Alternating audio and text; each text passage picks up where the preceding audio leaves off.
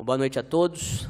Agradeço a presença de todos aqui presentes e de quem nos assiste pela TV Câmara, essa reunião da Comissão Permanente de Educação. Os membros da Comissão Permanente de Educação aqui presentes, vereador André Trindade, vereador Dr. Luciano Mega, e estão a caminho o vereador João Batista e Igor Oliveira, mas apesar de que o assessor do Igor Oliveira, o Samuel, também já está aqui presente, então a gente já pode começar. Eu agradeço também os servidores da Câmara e a imprensa aqui presente. Professor Tavares, sempre presente nas reuniões.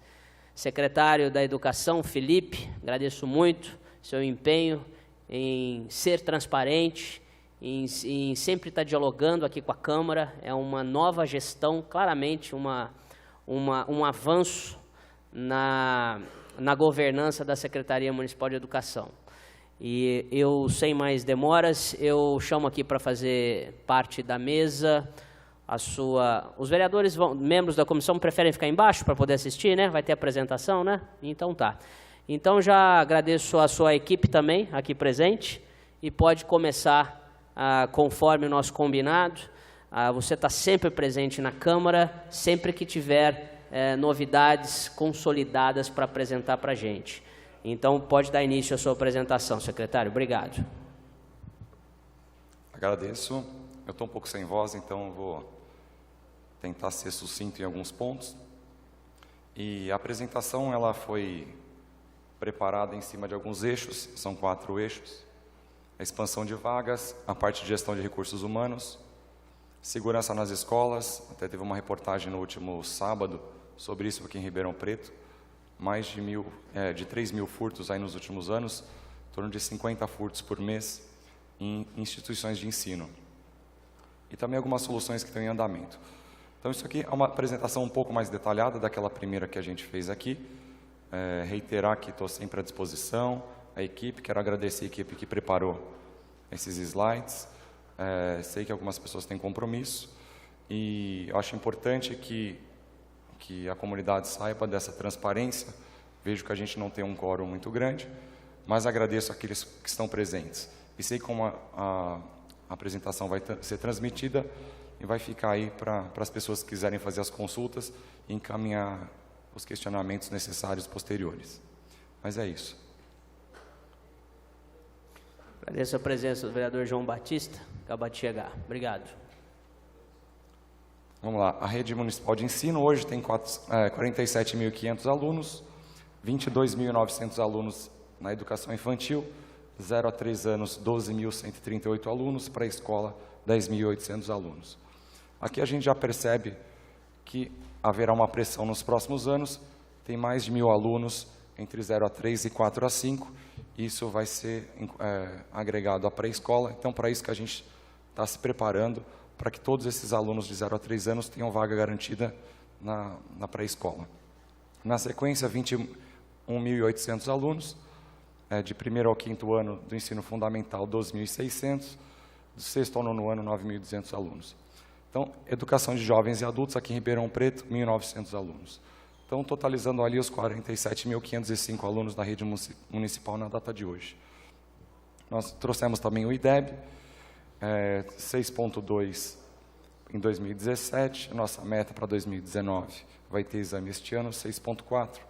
No ensino fundamental, nos anos finais, nota 5, nossa meta de 2019 é 5,8. A gente está acima da média estadual e acima da média nacional, mas isso não nos permite uma zona de conforto, tem muito a ser feito ainda. Primeiro eixo, expansão de vagas.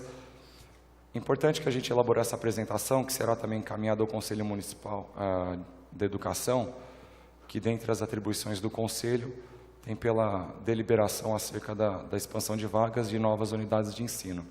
Então, por isso que a apresentação é bem detalhada, a gente vai passar aqui por cima alguns slides, de como é que a gente chegou nessa expansão de vagas. Então, a cidade, segundo a Secretaria de Planejamento e Gestão Pública, a Secretaria é dividida em várias poligonais. Essas poligonais aí, norte, sul, leste e oeste, cada um tem um número, e em cima disso que foi feito o planejamento, de acordo com essa diagramação que foi feito o planejamento para as novas vagas. Aí, a demanda manifesta de 0 a 3 anos, então cada pontinho desse é uma criança que hoje busca uma vaga na rede municipal. Aqui são as projeções das novas escolas, tá? Então, tem a 6, tem a EMF, tem as reformas das 6, as 3 que estão aí são do SESI. Tem algumas que já estão em obras, Paulo Gomes Romeu, Heitor Rigon e Vida Nova, no Vida Nova Ribeirão. Aí a primeira creche e escola, que é do Residencial Vida Nova Ribeirão, lá da construtora Pacaembu, foi feita em mitigação aquela construção.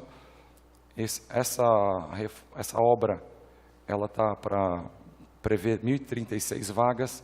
A gente pretende inaugurar essa escola em agosto deste ano. Então, são 436 novas vagas de 0 a 3 anos, 600 vagas em pré-escola, período parcial. Então, nós temos aí a planta, a região, onde está alocada essa escola. Isso vai ser disponibilizado a quem quiser, a gente vai colocar no site da Secretaria da Educação, mas tudo isso é o que fundamenta porque aquela escola está lá. Claro que essa escola ela tem uma situação atípica, porque ela está numa região nova, de novas residências, são se eu não me engano, quase 8.000 residências, então, 7.000 residências. Então, por isso que a demanda é a própria região, o próprio condomínio que foi criado lá, o próprio bairro que foi criado lá. Então, aí tem a planta da escola, e a gente também trouxe algumas fotos dessa escola. Foto da fachada e essas instalações. Nós já adquirimos todos os equipamentos, tudo necessário para essa inauguração. Então, a gente só está esperando aguardar o novo semestre letivo para fazer essas matrículas e fazer a adequação para a administração dessa escola. Aqui já é uma creche, Paulo Gomes Romeu, 94 vagas. Previsão de inauguração é de outubro de 2019. A gente também trouxe, é na região oeste. Então, tem a localização dela no bairro, as escolas que estão nessa zona O12. Tem a demanda manifesta dessa região, as crianças que estão nessas escolas dessa poligonal. Aqui é a mesma coisa, aqui já também a questão da planta, e a gente também trouxe algumas fotos. Então, hoje a gente está em 50% da obra, então você verificar que ela já está bastante avançada. A gente realmente acredita que em outubro ela será inaugurada.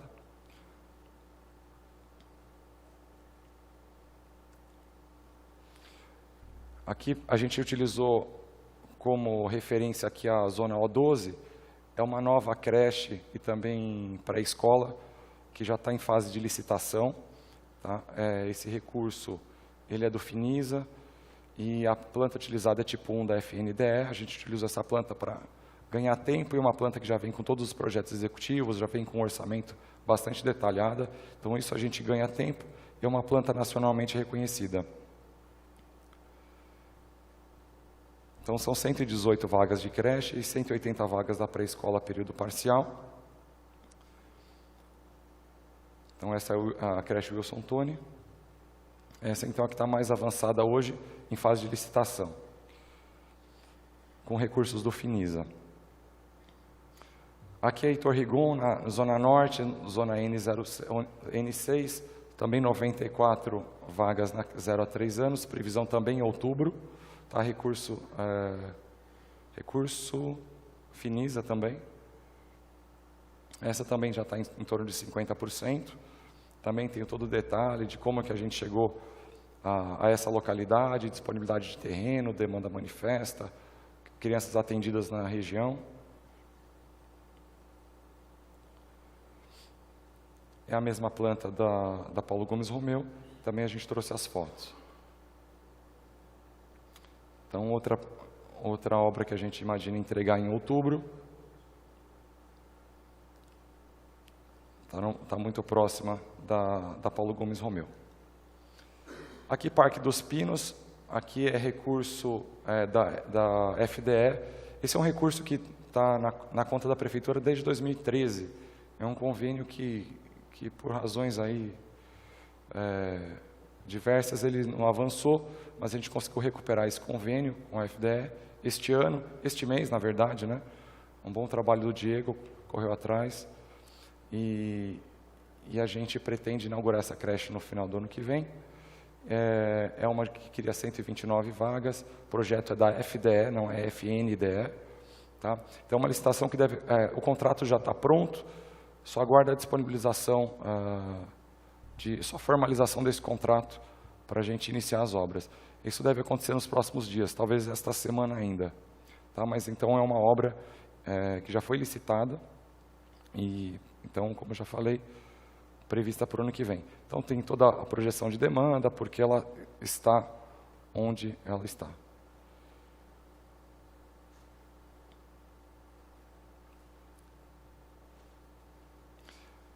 Aqui já são da série das 3 escolas que o SESI está passando para a Prefeitura. São escolas que foram desativadas, estão sendo desativadas pelo SESI e sendo transferidas para a Prefeitura. A Prefeitura precisa fazer algumas reformas para a criação de 202 vagas de 0 a 3 anos e 200 vagas de pré-escola. Previsão de entrega dessa reforma é o primeiro semestre do ano que vem. Está na zona O03, então é Vila Virgínia, essa. Então tem a localização, tem a demanda, por que a gente acolheu esse imóvel, qual é a demanda que a gente pretende absorver nessa unidade. Mesma coisa tem para as demais que a gente trouxe, tem os projetos, uma na Vila Tibério, 248 vagas de 0 a 3 anos, 150 vagas de pré-escola, também primeiro semestre de 2020.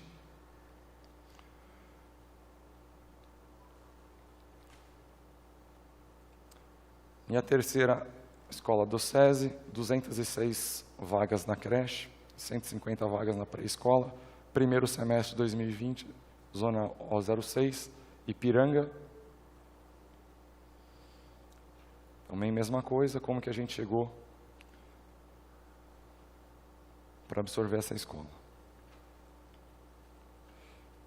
Essa já é uma outra da mesma linha do Wilson Toni, ela está em fase hoje de precificação. A gente só está atualizando o projeto para alocação no terreno que a gente tem no Jardim Marquese, 118 vagas de creche, 180 vagas na pré-escola. Essa obra está prevista para o segundo semestre de 2020. Todas essas obras que a gente está trazendo têm recurso garantido. Então, isso é importante mencionar. A gente não imagina que tenha mais nenhuma grande dificuldade que não possa ser enfrentada. Então, toda a projeção de demanda, a localização dela. Essa no Jardim Marquese. Qual é o terreno, como que ela se ocupa, a fachada ali em cima. Outra obra com recurso do Finisa, Quintino 2, 118 vagas de creche, 180 vagas na pré-escola, mesma planta que a anterior, Zona Norte, Zona N10. Então, por que é que a gente chegou? Então, tudo isso vai ser disponibilizado, lembrando, disponibilizado a todos, disponibilizado aqui à Câmara, no site, encaminhado ao Conselho Municipal de Educação, conforme regimento. Aqui, como é que a gente encontrou essa demanda? A planta. Jardim Paraíso, a mesma coisa da anterior, também na Zona Norte, 118 vagas de creche, 180 da pré-escola, segundo semestre de 2020. Recursos garantidos, mesma situação anterior. Tem versão desses slides ainda mais detalhadas também, que a gente vai disponibilizar. Isso é importante, se alguém tiver algum interesse em fazer algum trabalho acadêmico, alguma coisa assim, tem pelo menos as informações mais detalhadas.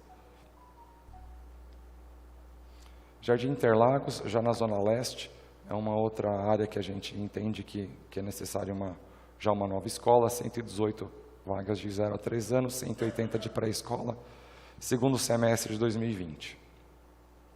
Mesma situação das anteriores, planta IFNDE, recurso em conta, recursos do Finisa, tá? Aí já é uma formação mais antiga, mas tem novos empreendimentos lá na região. Então, a gente entende que vai ser importante para a região. Qual é o terreno, qual é a planta, tudo certinho.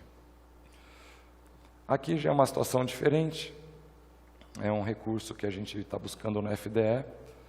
Aqui é a nova escola Domingos Angerame. Nós localizamos um terreno, que é a área verde. A gente encaminhou, tem um projeto de lei complementar, está aqui na Câmara, tá, foi encaminhado no dia 11/6 para cá, para fazer essa conversão, essa transferência de finalidade de área verde para área institucional e permitir que a gente construa essa escola, essa MF Domingos Angerame.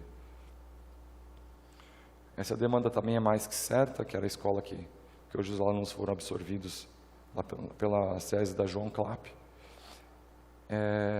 Essa é a localização.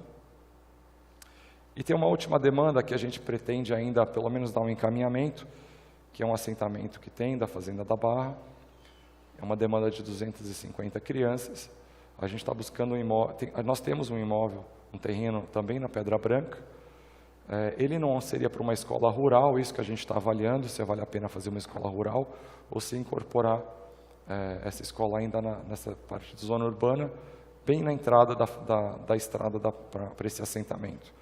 Então, sendo possível, a gente tem algumas formas aí de estar imaginando de financiamento dessa nova escola, mas essa aqui está uma situação mais preliminar, mas que se as decisões foram tomadas no momento adequado, a gente ainda consegue avançar bastante para o ano que vem. Então é isso. O que a gente está imaginando aqui? A soma das ofertas de vagas que a gente está pretendendo entregar, 2019, 2020, primeiro semestre, segundo semestre, são mais de 4.000 vagas de creches, 2.000 vagas de pré-escola e tem 800 vagas de ensino fundamental. Então a gente está falando ali, tem uma parte ali que foram as novas vagas de creche, aquelas 573 e 417 foram novas vagas, foram criadas com a incorporação das crianças a partir de liminares. Então isso tem gerado para a gente uma situação de grande dificuldade. A gente sabe do empenho dos professores, dos diretores de acomodar essas crianças, mas a gente também acredita que não seja a situação adequada e a partir agora de 2019, com as novas vagas sendo criadas, a gente vai fazer esse remanejamento de vagas para melhor adequar essas crianças. Então, se tudo der certo, 6.800 vagas novas criadas nesta gestão. Aqui a parte de gestão de recursos humanos, que a gente vem falando, parte de déficit de professores, a Câmara está trabalhando bastante nisso, a Secretaria trabalhou bastante nisso. Aí nós, na primeira semana de gestão desta minha gestão, o prefeito autorizou a contratação de 97 professores, já foram chamados esses professores, estão em diferentes etapas, alguns já tomaram posse, alguns já em sala de aula desde o dia 3 de junho, e alguns pediram adiamento de posse, adiamento de perícia médica, mas já estão sendo incorporados aí, praticamente a totalidade já estão incorporados à rede. Já tem as aulas atribuídas e já pegaram as aulas eventuais. Nós encaminhamos hoje, foi protocolado aqui na Câmara hoje, a criação de 130 cargos PEB3, 80 cargos para arte, em razão da modificação de currículo em 2017, e 50 cargos de educação física. A gente pretende prover aí pelo menos 80, 90 cargos imediatamente. No próximo slide é o déficit de aulas que a gente tem hoje, mas a gente acredita que com essa criação de cargos isso vai ser bastante positivo. Então a gente pede, eu venho aqui pessoalmente até pedir alguma celeridade nesta aprovação, porque impacta imediatamente no provimento aí dos cargos de professores, na redução do déficit de professores da rede municipal. E o processo seletivo também foi hoje homologado, classificação final, estava prevista para a data de hoje, foi hoje mesmo homologado, saiu no Diário Oficial, o prefeito homologou, para a contratação de professores temporários, no mínimo 45 temporários para a gente completar o quadro vago hoje, da Secretaria. Como eu já falei, tem 59 novos professores já em sala de aula, alguns solicitaram aí adiamento de posse e perícia, e aqui na data de hoje, embora tenha uma movimentação diária, a gente tem um perfil bem razoável do que está faltando hoje na rede. Então, dia 3/6, aquele diagnóstico era já incorporando os primeiros 52 que tomaram posse no dia 3. Aí ficou aquele déficit de aulas ali, 25 de PEB 1, 25 classes de PEB 1, 31 classes PEB 2 e as aulas de PEB 3. Tá? Língua portuguesa, matemática, história, geografia, educação física, arte, ciências e inglês. Tá? Então dá para verificar ali que arte, educação física e ciências são os grandes problemas hoje da Secretaria Municipal. Já na data de hoje, isso melhorou bastante, então novos professores tomaram posse, aulas eventuais foram atribuídas, já reduziu bastante. Então tem 5 classes só de PEB 1, 20 classes de PEB 2, e aí na sequência. Mas mantém o déficit ali de professores de arte, ciências e educação física. Tá? Agora aqui é um quadro importante, que até é surpreendente, mas a gente verifica aqui do quadro do magistério, na data de hoje, nunca houve tantos professores na rede municipal de ensino. Então a gente escuta muito falar que o município não está investindo no seu quadro de funcionários, muito pelo contrário. Então Ribeirão Preto tem hoje servidores como nunca. Então tem 3.267 servidores na data de hoje, sem contar os cargos a serem criados, que a gente encaminhou aqui o projeto, e sem contar novos professores temporários a serem incorporados na rede. Tá? Sem contar, a gente tem 3.267 professores, servidores do quadro do magistério e 4.021 servidores. Vejam lá como é que está a evolução disso. Está disponibilizado, dados apurados, junto com a Secretaria da Administração, nosso corpo técnico. E aí também tem um outro projeto que a gente pretende encaminhar, a gente está lapidando um pouco mais, porque a gente se preocupa muito com a excepcionalidade dessa contratação, que são professores eventuais. Para exercício de direitos, a gente precisa que exercício de direitos de alguns professores, a gente precisa que outros estejam disponíveis para cobrir essa demanda. Especialmente aquelas demandas de LTS emergencial, menores de 30 dias, licença prêmio, as faltas abonadas, licença gala, licença nojo, licenças, os dias que são descontados aí daqueles que são trabalhados nas eleições. Então a gente pretende encaminhar para a Câmara um modelo que permita que professores eventuais avulsos sejam contratados e sejam utilizados para cobrir esse exercício de direitos de professores. Aqui é um outro quadro, a gente vai trabalhar bastante. Hoje a gente está estruturando um termo de cooperação com um grupo de saúde daqui de Ribeirão Preto. A gente quer uma segunda visão sobre o absenteísmo na Secretaria Municipal da Educação. Eu tenho cometido o equívoco de falar que eu estou completando o quadro da educação. Isso não é verdade. A gente está contratando talvez mais professores do que a gente necessite, pelo menos para as aulas normais, sem falar eventualmente de aulas de complementares, outros tipos de apoio. Mas o que é importante aqui? A gente tem um absenteísmo muito grande no quadro da Secretaria da Educação. Muitos professores afastados, de LTS. Isso a gente pretende aí em 30, 60 dias apresentar dados mais apurados sobre isso. E esse termo de cooperação é para a gente realmente buscar quais são as causas e quais são as formas que a gente tem hoje, adequadas, legais, de enfrentar isso.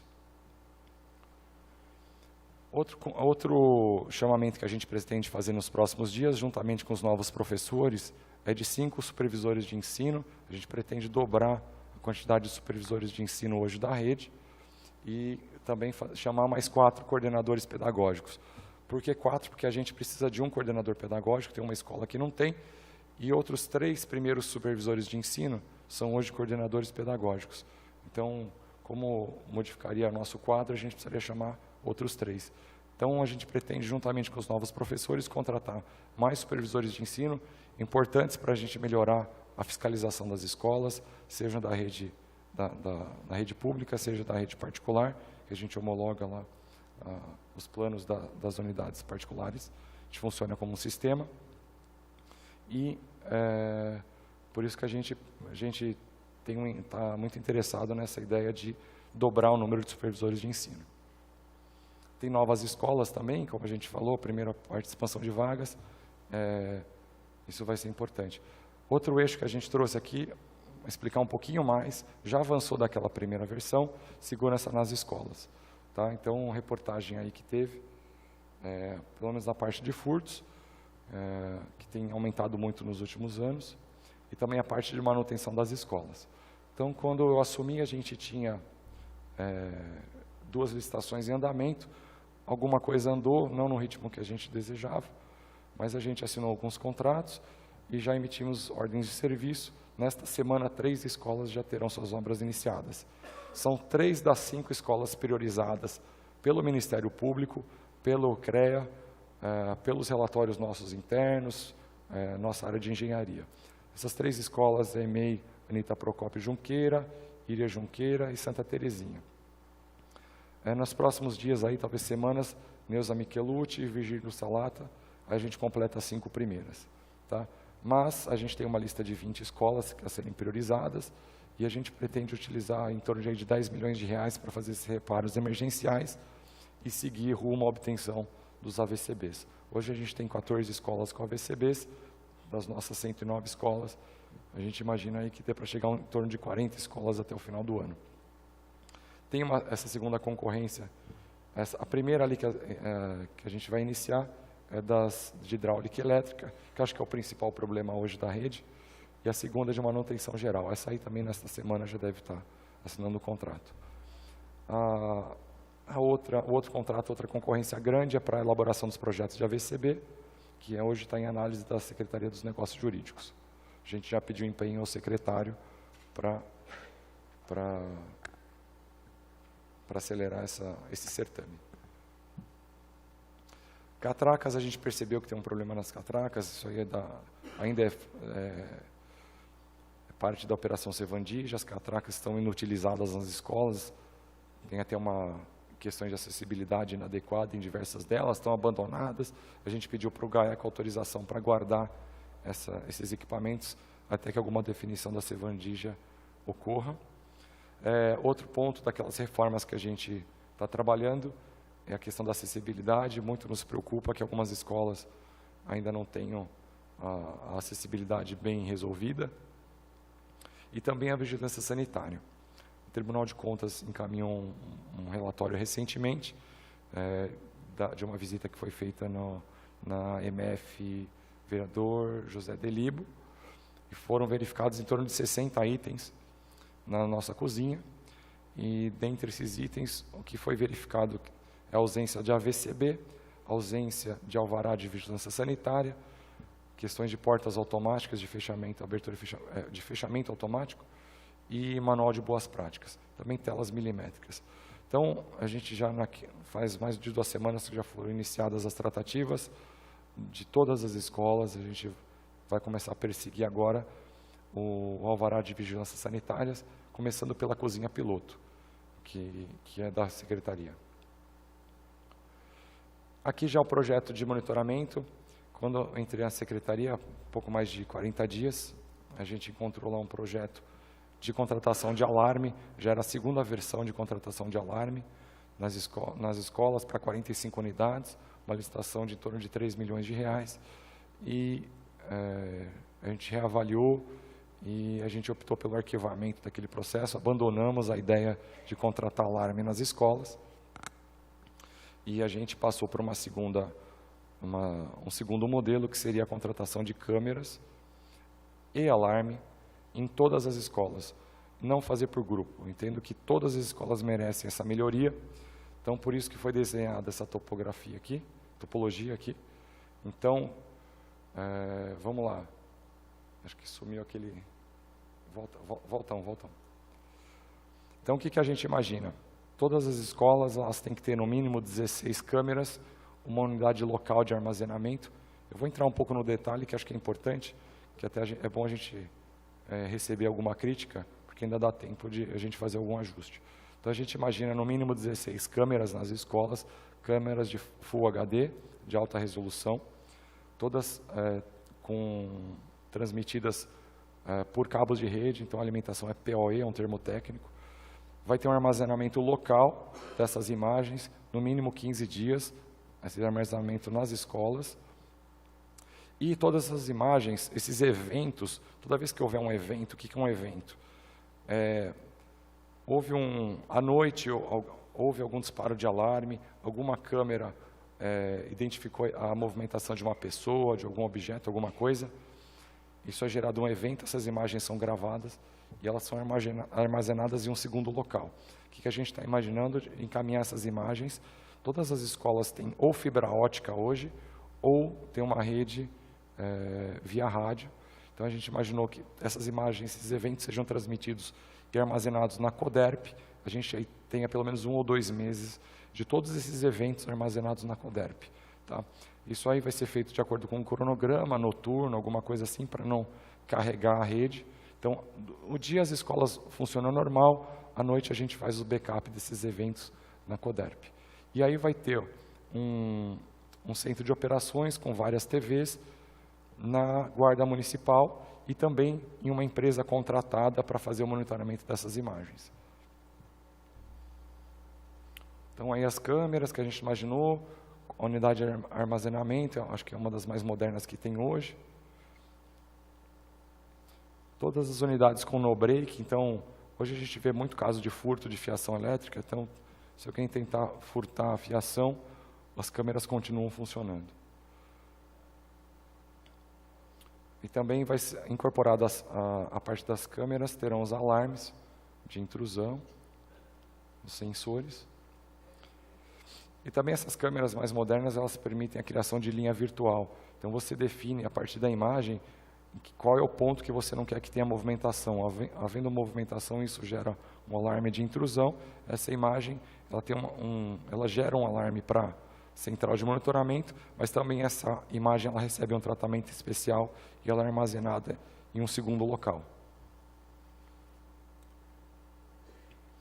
Então a gente imagina que a Guarda Municipal tenha, esse projeto prevê que a Guarda Municipal tenha um centro de controle dessas câmeras, que a gente também, que a empresa contratada para monitorar essas câmeras tenha uma central dessa, e também isso aí esteja bem alinhado com o Detecta, em caso de incidentes aí que envolvam a Polícia Militar, que eles possam acessar essas imagens. Então, esse é um projeto, essa é uma ideia que foi implantada em diversos municípios, todos eles com redução no furto. Tá? Inclusive Vinhedo 100%, Macapá, tem outros pontos de Contagem em Minas. Em São Paulo, algumas prefeituras já estão avançando, então a gente acredita que a gente está no caminho certo. E tem um quadrinho de custos, acho que não está aí os custos, não está. Bom, a gente está imaginando em torno de R$30 mil por escola, tá? Isso vai R$32 mil por escola, até aí 120 escolas com a incorporação de novas escolas. A gente está falando um investimento aí de até uns R$4 milhões, que é valor muito próximo da prestação de serviço imaginada lá atrás de alarme. E a gente imagina aí de uma mensalidade de em torno de uns R$70, R$80 mil, que é para a equipe de monitoramento, pronto atendimento, mais um seguro de todos os bens patrimoniais. Esse valor do serviço é só um valor que ainda a gente precisa verificar um pouco melhor, mas eu acho que com toda a transparência a gente consegue chegar no valor mais adequado, que vai ser muito mais econômico e a gente acredita que mais eficiente do que a gente gasta hoje. Eu acho que hoje com 11, se não me engano, 11 escolas, 11 ou 15 escolas, a gente gasta R$200 mil só com a guarda noturna dessas escolas. Então, nosso projeto é para todas as escolas, não só para uma fração delas. E aí tem algumas aquisições e projetos em andamento que a gente trouxe. Tem muita reclamação aí da rede, é bem pontual isso aí, mas muita reclamação dos colchonetes e tal. A gente comprou 3 mil colchonetes. Enxoval de brinquedos, há mais de 10 anos que não tem brinquedos na rede.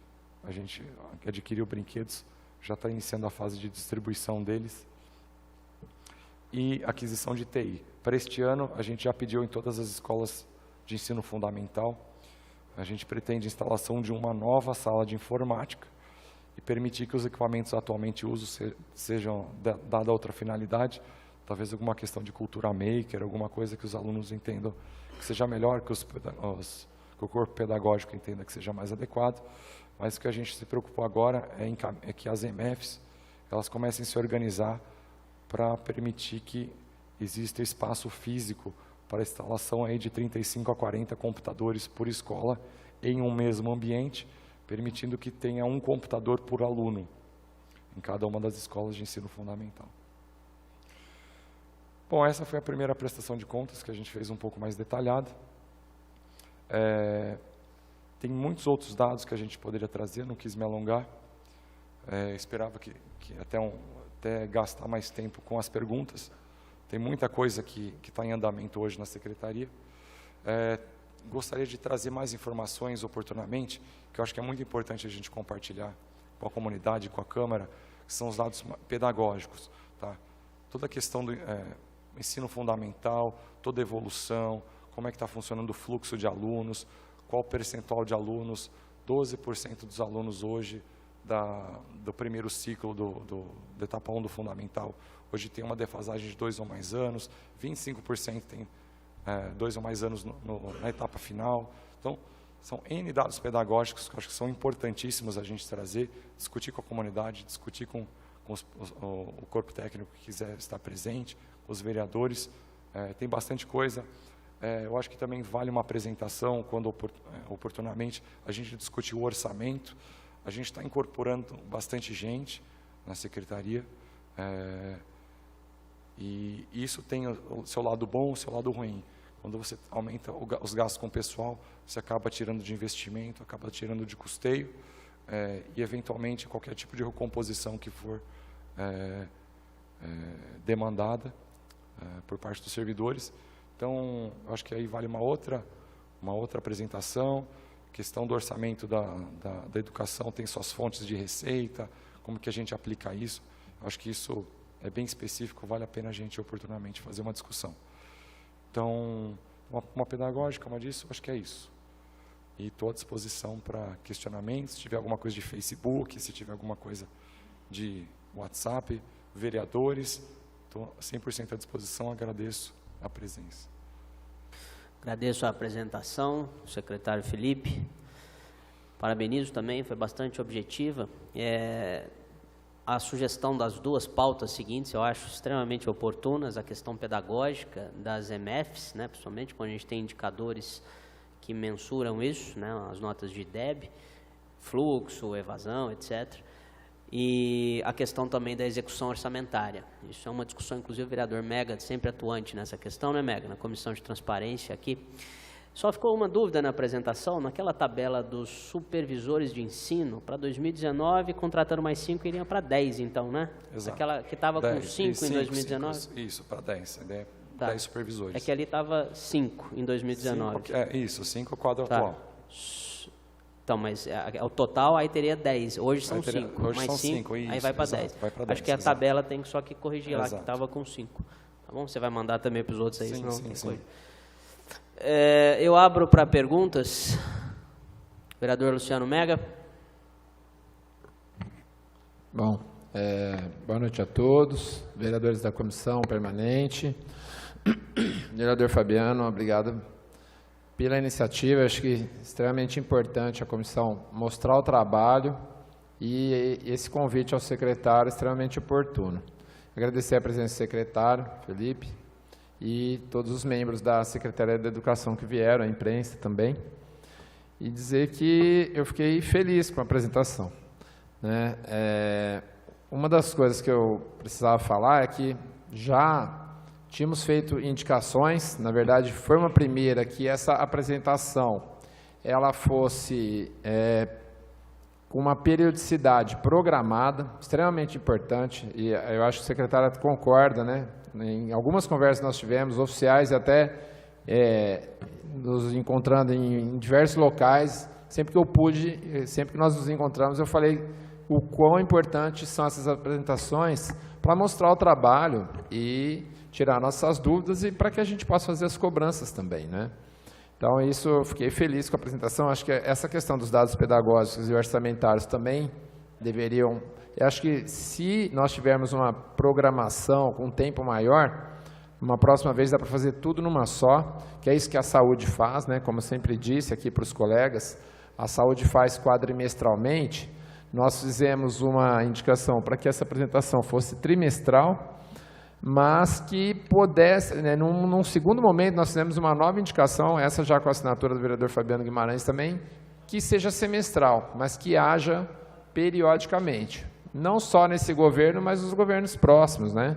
Para que a Câmara e a população também, e essa apresentação ocorre pela TV Câmara, para que toda a população da cidade conheça esses dados. Então, isso é extremamente importante, continuo enfatizando, de tentar fazer disso uma rotina, né? Um trabalho que não seja pontual como é esse de hoje. A segunda questão, perdão, é dizer do projeto das câmaras, que eu e o vereador Igor Oliveira tínhamos apresentado, ele tinha sido vetado em um determinado momento, nós derrubamos o veto. Acho que é extremamente importante. A gente não quer desempregar segurança de escola, mas é que tem que abranger todas as escolas realmente, né? Isso, na verdade, é um investimento, não é gasto, né? É um investimento para a segurança patrimonial, para a segurança das pessoas que estão lá dentro, das crianças, dos próprios docentes e funcionários da escola também, se acontecer algum acidente ou incidente, está tudo registrado. E para a questão pedagógica, né? Imagina quando rouba um computador de uma escola ou estraga-se todos os documentos que tem lá, porque o ladrão, às vezes, ele vai e ele não somente rouba a fiação, mas ele destrói materiais, quer dizer. Então, é extremamente importante, então, de parabéns também. E, por fim, é só dizer que, nessa questão da expansão de vagas, a gente fica, assim, feliz pela apresentação dos dados, mas preocupado com o cumprimento dessas metas, né, que a população quer realmente são as crianças na escola e com qualidade. Então, a gente vai ficar aguardando e cobrando, né? Era isso. Obrigado.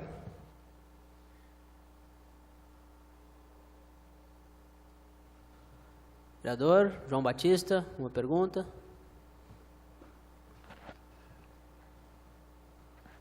Primeiramente, quero agradecer ao Fabiano, nosso presidente dessa comissão, tá? Por essa iniciativa de estar trazendo aqui a nosso secretário. Secretário, parabéns também pela sua apresentação, muito clara, muito tranquilo para entender. Acho que o Dr. Mega colocou isso, o vereador Mega colocou a importância de fazer essa reunião de uma forma mais coletiva, trazendo mais a sociedade para também participar de uma apresentação dessa, uma próxima, porque nós, como vereadores, nós recebemos muitas críticas a respeito do que não tem sido feito, e muitas vezes tem muitas coisas boas acontecendo e nós não conseguimos dar explicações tão precisas, né? Eu observei que a construção dessas creches que já estão praticamente 50%, e se eu entendi muito bem, até 2020 nós atingiríamos então em torno de 4.000 crianças e 20, parece, em torno disso, 4.000 crianças, né? Quase que o 100% do que é hoje, que apresenta hoje a situação. É um projeto muito bacana, principalmente essas duas aí que já estão em fase aí de 50%, é bom que publique isso, que mostre isso também para a sociedade, acho importante. A questão da segurança aí, sem palavras, né? É algo gritante, é algo... E às vezes eu fico assim questionando porque a gente acompanha, a gente não vê a penalidade, né? A busca, a investigação após um furto, alguma coisa nas escolas. Furtou tal escola, pronto, morreu o assunto, vamos repor. Não sei se os outros vereadores têm acesso a essa questão, né, da investigação, acompanhamento, porque tem que ter, né? Tem que ter uma resposta por as escolas estão sendo tão violentadas dessa forma e não podemos abaixar a cabeça. Há poucos dias lá no Jardim Presidente Dutra, nós conseguimos na infraestrutura uma limpeza muito bacana em uma escola municipal, foram retirados todos os lixos, entulhos em torno da escola, que isso também gera possibilidade da insegurança, né? Sujeira, os maus tratos, vai gerar essa visão. E é engraçado que em poucos dias, que tudo limpo, novamente estavam todos lá. E ontem eu participava de uma discussão dessa em grupos, né, de Facebook, e as pessoas, é equipe gestora, é não sei o que lá, e eu acho que o Facebook não é um lugar para você ficar discutindo essas questões, né? Porque ali surge de tudo. Até que entrou e colocou que a sociedade tem que ter um nível de cultura um pouco mais, um zelo maior pela educação, pela escola, do patrimônio. Então é um assunto que tem que debater mais essa questão. As calçadas das escolas não são lugares de depósito de lixo. E se necessário for fazer isso naquele ambiente, naqueles bairros que acontece mais, alguma movimentação para que as pessoas tenham essa noção. E eu estarei indo provavelmente amanhã nessa escola que foi o debate, para ver se for a situação que eu estou pensando, eu apresento para vocês. Se não for, a questão já foi resolvida, também a gente pode estar tomando outras providências. Mas, terminando, eu tenho aqui a solicitação, perdão, porque eu me atrasei 10 minutos, talvez o secretário falou e eu não observei. Recebi uma carta hoje, acredito que vários vereadores, questionando sobre a reposição das aulas, principalmente do CAIC, né, da ausência da questão quando o prédio estava interditado, mas muito mais, as pessoas colocaram aqui também, de profissionais que colocaram que a preocupação maior que eles têm é sobre a reposição das aulas não atribuídas, né, e eu vi vários questionamentos, como isso vai ser feito, se está sendo feito, se vocês quiserem colocar alguma palavra, porque eles estão assistindo e vão acompanhar após essa reunião sobre esse assunto. Então, minha pergunta é só essa para terminar. Qual o plano de ação que a Secretaria está realizando para a reposição das aulas? São duas perguntas que vieram de pessoas que estavam acompanhando e sabendo que essa reunião ia estar acontecendo, né? E da minha parte, muito obrigado. Parabéns pela apresentação.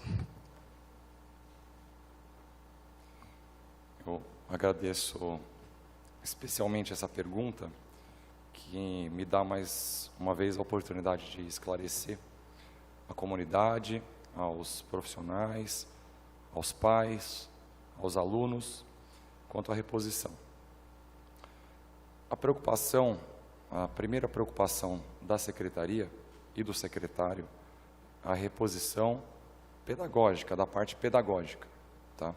Então, muito se confundiu a parte da reposição dos dias letivos, que por exigência são 200, com a reposição dos dias de greve, tá? Aliás, do ponto de vista dos grevistas, da reposição que foi feita dos 20 e tantos dias de greve, 16 dias letivos, e do ponto de vista do servidor. E algumas críticas que chegaram, foram especialmente quanto ao papel do conselho de escola na definição do calendário escolar. Dito isso, a secretaria, o secretário e a equipe técnica, a gente não trabalha só com um aspecto dessa reposição. São N aspectos dessa reposição. Tá? Então, tem aspectos que eu tenho que tratar de 0 a 3 anos, de 4 a 5 anos, do ensino fundamental. Tem questões que diferenciam os servidores, professor, quem é o PEB 1, professor de Educação Básica 1, PEB 2, o PEB 3, aqueles professores, especialmente os PEB 3, que dão aula em mais de uma escola. Tem profissionais que, por motivos religiosos, têm que guardar os sábados. Então, tem a questão do calendário semestral de educação de jovens e adultos, que isso impede a evolução, então, para o ensino médio, ou a evolução do semestre, que seria referente a ano. Então, tem N questões aí. Ainda agregado a isso, tem a questão dos servidores que optaram pela reposição daqueles dias não trabalhados na greve, eles têm que ter o direito de repor. Então, tem que analisar isso como um todo. Fica difícil para o secretário acolher uma sugestão ou outra. Foi por essa razão que na semana passada, na segunda-feira passada, eu chamei lá na secretaria, até por uma demanda do Conselho Municipal de Educação, eu chamei os representantes do Conselho Municipal de Educação, os representantes da Proferp, os representantes do Conselho do Sindicato dos Servidores Municipais, a Associação das Cozinheiras, os supervisores de ensino, todos os coordenadores pedagógicos, os coordenadores do ensino infantil, fundamental, EJA, educação especial. Chamei também alguns diretores de escola, colocamos todos numa sala para discutir o calendário, a reposição do calendário. Tá? Foram 4 horas de discussão. A gente não conseguiu construir um calendário. Tá? Eu sou muito aberto ao diálogo, minha porta fica aberta o tempo todo, acolho a todos, acolho a todas as sugestões. A única coisa que eu não é que eu não aceito, mas eu acho que é covarde, é crítica vazia. Então, assim, nós temos os problemas a serem enfrentados. Quer conversar? Vamos conversar e apresente uma solução para o problema. E veja o problema como um todo, não sob a ótica individual. Então, essa foi a dificuldade que a gente teve na reunião. A posição que aconteceu nessa reunião era a seguinte: primeira posição que foi colocada, que fosse dado o recesso do dia 10 ao dia 19 e nenhuma reposição fosse autorizada. Porque, como tem as situações diferentes entre professores, entre escolas, qualquer forma que a gente que fosse colocada daria alguma incompatibilidade. Então, a questão que foi apresentada até me surpreendeu, foi assim: recesso do dia 10 ao 19 e ninguém repõe. Tá? Agregado a isso, até esqueci que acho que era fundamental eu falar da obrigação da Secretaria Municipal de Educação de garantir 21 polos de atendimento de educação infantil. São 11 creches de 0 a 3 anos e 10 escolas de pré-escola. Tá? Essas escolas têm que ficar mantidas abertas ininterruptamente. Então, isso é um TAC que tem desde 2015, já foi reformulado de um TAC acho que 2008 ou 2009. Então, isso é uma imposição. Eu não posso me esquivar de fazer isso. Eu, me esquivando de fazer isso, tem uma multa diária para a prefeitura. E incorro em todas as penalidades administrativas. Então, não posso deixar de olhar para o TAC, para a situação dos servidores, principalmente para o aluno, por uma qualidade de reposição de aula, cumprimento de LDB, calendário escolar, 200 dias letivos e 800 horas. Então, e 800 horas. Então, não posso me esquivar de ver a situação como um todo. Então, depois de me reunir com todas essas pessoas, infelizmente a gente não conseguiu ouvir os pais naquela reunião, mas a gente já tinha cartas de APMs, a gente tinha telefonemas, e-mails de pais, muito preocupados com a reposição. Diante de todo esse cenário, o único possível que a gente entendeu que acomodaria a demanda de todos seria definir que na semana do dia 15 ao dia 19 deveria haver aula em todas as unidades escolares. Tá? Então, isso que a gente definiu com a resolução número 8, que foi editada na segunda-feira passada. Então, o que nós definimos lá é, olha, todas as escolas devem abrir, segunda semana de recesso deve ser utilizada para reposição de aulas. Tá? A partir daí, cada conselho de escola avalia a melhor forma de acomodar as demais demandas, verifica os seus quadros de professores, verifica a necessidade local da comunidade local e vê como que adequa a isso. E eu não vi nenhum problema nesse sentido, até porque os calendários escolares que tinham sido encaminhados até aquela data, sempre foram no sentido de uma reposição no recesso. Então, eu vejo que não é uma questão de... Talvez seja muito uma questão de alguém achar que isso foi tirar o direito do conselho de escola de definir o calendário. Acho que muito pelo contrário. A versão que foi proposta de não haver reposição e haver recesso também impediu o conselho de escola de optar pela reposição. Então, tanto uma quanto a outra cercearia o conselho de escola de fazer uma definição plena. Tá? Agora, o que a gente entendeu que mais importante é preservar a qualidade da reposição. Qualidade da reposição. Não basta a gente falar, está tudo certo aqui, o professor acelera o calendário, acelera o conteúdo, tal, a gente adequa, chama de sábado quem puder vir e assina aqui, está tudo certo. Não está tudo certo, por quê? Porque depois, na hora que chegar o IDEB, vai dar um problema. A hora que o aluno tiver um problema de alfabetização, isso impacta. É temerário num calendário escolar se tirar quase 10% dele. Entendeu? É temerário para uma cidade como Ribeirão Preto não permitir que os alunos tenham uma educação de qualidade, uma reposição de qualidade. Então, foi nesse sentido. Então, eu também estou vendo que alguns veículos de comunicação estão soltando que a questão está indefinida. Ela não está indefinida, ela está direcionada, aguardando o encaminhamento do calendário definido. O que a gente deu foi só um prazo maior para as escolas, para os conselhos de escola, de acordo com que eles têm um regimento interno que deve ser respeitado de convocação, para que eles possam fazer essa deliberação e encaminhar um calendário definitivo. Então, por isso que a gente deu um prazo maior. Mas a definição já foi feita. Há uma resolução que a gente dá a orientação de como essa reposição deve ser encaminhada. A gente, de forma alguma, quer cercear o conselho de escola, a gente quer valorizar a gestão democrática. N vezes a gente já falou aqui que essa gestão a gente quer permitir que a escola progressivamente tenha mais liberdade, como está na LDB. Então, essa é a intenção minha enquanto secretário e da equipe técnica. Tá? Sempre foi pela qualidade, jamais cercear qualquer direito de qualquer órgão. Eu acho que é isso. Perfeito. Quero fazer uma observação, que é em relação ao projeto de lei, que encaminhou, então, são dois, né? Um da criação dos cargos e o outro de autorização das organizações sociais, né? Tá. Você pode contar com o apoio desse vereador aqui sobre os dois projetos, tá? Sabemos que muita gente fala das creches serem administradas pelos servidores públicos, professores, servidor público, mas nem sempre o ideal é possível. E sempre a gente tem que prezar pelo fato do aluno não ficar abandonado. Tem que ter, e o que Ribeirão Preto, o que a sociedade de Ribeirão Preto consegue entregar, garantindo toda a qualidade e a segurança dos estudantes. Então, a alternativa de organizações sociais, ela é bem-vinda, principalmente nesse contexto. Então, pode contar com o meu apoio, secretário.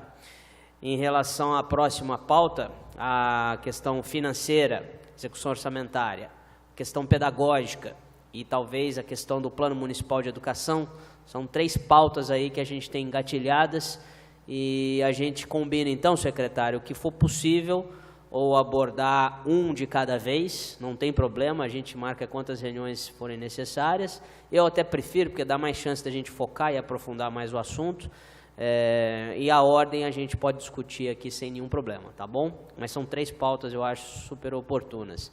Lembro também que uma observação que eu queria fazer, a gente às vezes aqui na Câmara é criticado por fazer reunião antes das 6 horas da tarde. Quero fazer uma observação para o público que nos assiste pela TV Câmara, respeitando todos os aqui presentes, professor Tavares, da Rede Estadual, o Sebastião, aqui, presidente do Fundeb, aqui temos os dois assessores aqui do Mega, o Giba e o Sérgio, temos o assessor do Igor, então temos mais 1, 2, 3, 4, 5 adultos e uma adolescente ali, uma moça, aqui, não, adulta, Então, assim, às vezes a gente é muito criticado, o vereador é muito criticado por fazer reunião antes das 6. É que antes das 18 horas a gente tem mais chance de ter presença de vereadores aqui. E em muitos casos é importante que o representante da população, o representante do povo, que é quem é pago para fazer esse trabalho, esteja aqui ouvindo, acompanhando, tirando dúvida para poder representar o povo. Então não adianta a gente também fazer tudo depois das 18 horas, às vezes em alguns casos, não sempre, mas prejudicar a presença do vereador e aqui a gente não ter a presença de quase ninguém da sociedade, tá? Fica uma crítica àqueles que nos criticam. Nossa intenção é a melhor, nossa prática a gente tenta fazer o melhor possível, né? Outro dia eu fui conversando com um amigo meu, vereador de Osasco, ele falou que as sessões ordinárias da Câmara lá são 3 horas da tarde. Se a gente fizesse aqui em Ribeirão Preto, a população põe fogo na Câmara, né? Mas fica aí a crítica construtiva para todos aqueles que nos criticam quando a gente faz reunião depois das 18. Eu vou cobrar, principalmente no Facebook, né? Quem criticar, até porque no dia 4 de julho, a gente vai fazer um lançamento aqui de uma ferramenta, o secretário está ciente, que a ideia é ajudar no controle social da evolução das ações governamentais na gestão da educação de Ribeirão Preto. São 100 indicadores. Quem aqui conhece, praticamente todos aqui sabem o trabalho nosso, de visitar mais de 80 escolas, conversar com muitos profissionais da educação. A ideia é que esses indicadores aí a gente possa fazer com que das pessoas mais simples às mais esclarecidas, elas possam acompanhar a evolução das escolas. Vai ser no dia 4, às 13 horas da tarde. Com certeza, já tem gente criticando, falou que vai ser às 13 horas, mas olha aqui. Então, mais uma vez, com todo o respeito de quem está aqui presente, agradeço muito, mas às vezes a gente tem que ponderar, para que a gente possa ter presença também dos representantes da população, e às vezes é mais fácil ter no período da tarde. O Sebastião pediu a palavra, mais alguém vai querer fazer uma pergunta? Tá. Eu só peço, gente, que não seja discurso, com todo respeito, mas uma pergunta objetiva, para que o secretário possa responder, tá ok? Muito obrigado. Então, começando aí, tem um microfone para levar para lá, né? Sebastião, entra aqui dentro, fazendo favor, que tem só pegar ali, ó, apertar o botãozinho ali que você fala. Não sei se dá para te ouvir. E se você não falar no microfone, não vai, quem está vendo a gente pela TV Câmara não vai conseguir ouvir sua pergunta. Ah, tá. Eu só reforço para não ser discurso, viu? Ser uma pergunta objetiva. Tá, mas não mais que 1 minuto. Contextualização para a pergunta não é discurso, Fabiano. Vocês todos fizeram isso, com todo respeito. Sebastião, você entendeu a minha colocação? Não, entendi, mas eu não podia me furtar de fazer esse contraponto, né? Então, até porque são muitas questões, entende, Fabiano? E é o seguinte, não sei se as meninas querem perguntar primeiro, acho que eu vou ceder a palavra para elas. Bom, boa noite, meu nome é Yuna, eu faço parte do grupo de estudos de formação de professores e currículo da USP. Trabalhei na rede como professora contratada e, como o Sebastião disse, não tem como deixar de contextualizar determinadas situações para fazer uma pergunta. Qual que é o seu nome? Perdão, desculpa. Iuna. Iuna. Isso. Tá. E até para a gente partir para ir além da crítica avulsa e pensar em soluções e num consenso de ambas as partes, né? Eu tenho dúvida, só fiquei em dúvida em relação ao que seria esse professor eventual avulso, que isso precariza o profissional, a categoria profissional, principalmente se for naquela forma de contratação que a gente conseguiu barrar por um tempo, que é o professor Uber, né? Porque você não consegue estabelecer vínculo com o aluno, com a família, então toda essa preocupação pedagógica que foi dita aqui no discurso, ela cai por terra por meio desse professor eventual avulso. Uma outra questão que a gente sabe que para a educação tem que ter investimento. Todo discurso de todo mundo vai cair na questão do orçamento. Muito interessante a apresentação, também parabenizo a comissão, até sugiro que, para pensar que talvez o índice de pessoas aqui baixo seja na forma de divulgação. Não penso nem na questão do horário, porque aí as categorias se organizam para vir um representante de cada local. Talvez pensar a forma de divulgação. Mas eu agradeço ao secretário pela apresentação, os dados, que realmente é na sua gestão que isso tem aparecido. Antes a gente não conseguia acessar esses dados e não conseguia promover esse diálogo. E aí, para o segundo semestre de 2020, a gente vê essa ampliação de vagas, que é uma demanda que supera uma de 2017, a gente não sabe qual é a atual de demanda declarada, só que a gente sabe que o grande nó vai ser a contratação de professores. A construção em si, ela vai se dar, mas o que mantém a escola é o profissional. E 90% do gasto é com recurso humano. Então, eu queria saber como a Prefeitura, a Secretaria tem visto isso, porque o processo seletivo ele tem um prazo para acabar, mesmo que tenha as prorrogações, e aí eu gostaria de saber a respeito dos cargos públicos. E também não foi falado em relação às escolas conveniadas. Eu fiquei muito feliz de não escutar isso, porque eu entendo, então, que seja um compromisso da Prefeitura de realmente construir escolas e diminuir os convênios, porque a gente sabe que, apesar do custo aluno ser mais baixo, a qualidade também é extremamente inferior, porque geralmente são espaços, casas adaptadas, não com esse projeto de escola que a gente tem pensado. Por hora é isso. Obrigada.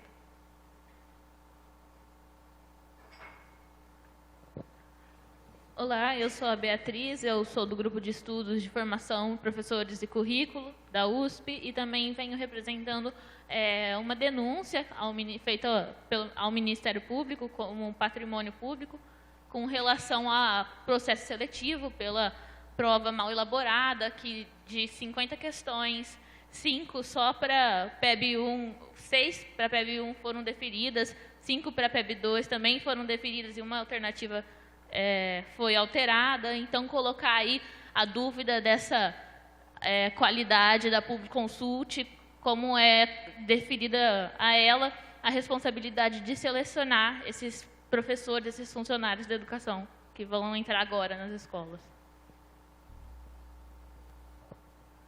Bom, boa noite, secretário, equipe, os vereadores, Fabiano. Realmente a apresentação foi muito interessante e eu fiquei com dúvida aqui em relação a dois pontos. Sobre o monitoramento nas escolas, esse armazenamento dos dados, eles vão ficar armazenados para posteriori, assim, os profissionais analisarem. Ou se vai ter uma equipe da Guarda Municipal, ou, enfim, Copom, etc., online, digamos assim, de pronto para o atendimento a hora que o alarme tocar na escola. Eu acho isso fundamental para esclarecer desse sistema, porque senão, enfim, só armazenar o dado e deixar o dado lá para depois analisar, o furto vai ter acontecido. A gente sabe que no Brasil as investigações elas não acontecem como deveriam, etc. Continuaria a mesma situação. Então tem essa dúvida e essa sugestão para que, se não tiver, que essa ligação ela aconteça de imediato aí com a Guarda Municipal, pelo menos. Uma outra questão em relação à contratação. A contratação não, a questão da reposição, né? Como o Paulinho falou, João Batista levantou essa questão e o secretário disse algumas questões. Eu acho que vale a pena a gente deixar registrado. De tudo que eu acompanhei desse caso e tenho acompanhado, eu observo que só chegou nesse ponto porque o prefeito recusou o aumento, né, lá, legal que os servidores têm direito. E nesse sentido, se está judicializada a questão, a gente já sabe que a questão está judicializada, está lá no TJ para ser analisada, inclusive esses pontos da reposição. Eu queria saber do secretário que tipo de informação o senhor pode passar para a gente em relação a essa questão jurídica importante. Porque se está judicializada a questão da reposição junto com a greve, né, no dissídio lá, como que vai ficar se eventualmente o juiz lá, o tribunal, der uma decisão em relação a esse ponto da reposição, se vocês estão analisando essa questão. Então, esse é um ponto que eu acho importante e até para deixar, assim, fazer até uma defesa em relação a essa questão dos profissionais que fizeram greve, mas eles têm o direito de fazer a greve. O executivo, e não foi falado aqui em nenhum momento, o executivo não deu o aumento, nem o inflacionário, que seria o mínimo, né, que ele poderia dar. Tanto poderia que a gente vê superávit aí no orçamento, tem notícias de que tem dinheiro em caixa, etc. Então, eu queria que o secretário falasse nesse ponto, em relação a isso. Por enquanto é isso. Obrigado.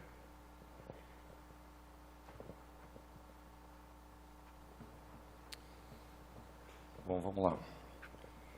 Agradeço as perguntas. Primeira questão da Iuna. Questão do professor eventual avulso. Eu também compartilho do mesmo sentimento. A gente tem uma preocupação muito grande com precarização. É por isso que essa situação que a gente pretende propor aqui tem que ser muito excepcional, muito bem delineada. Especialmente pela questão que você colocou, que seria o relacionamento aluno-professor. Há um vínculo, e é ruim a gente quebrar esse vínculo. Ocorre que esse novo professor, A gente não está tirando um professor por vontade da secretaria. É um professor que está exercendo o seu direito. E algum outro professor terá que ser alocado por um curto espaço de tempo. Esse professor avulso é para esse curto espaço de tempo. Independente de quem for o professor que estiver lá, ele vai ser num curto espaço de tempo. Então, se fosse um professor temporário, seria da mesma situação. E hoje a secretaria tem uma dificuldade muito grande de gestão do seu absenteísmo. Como eu coloquei na apresentação, o quadro da secretaria ele é suficiente, mas ainda assim a gente tem essas situações de quando um professor quer tirar uma licença prêmio, quando ele quer abonar uma falta, que é um exercício de direito, é um direito dele. Ele quer tirar aqueles dias nos quais ele trabalhou na eleição. Ele não tem com quem contar para fazer essa reposição. E hoje, infelizmente, a gente só tem autorizado mediante a indicação de substituto. Eu, quanto servidor público de carreira, também não concordo com isso.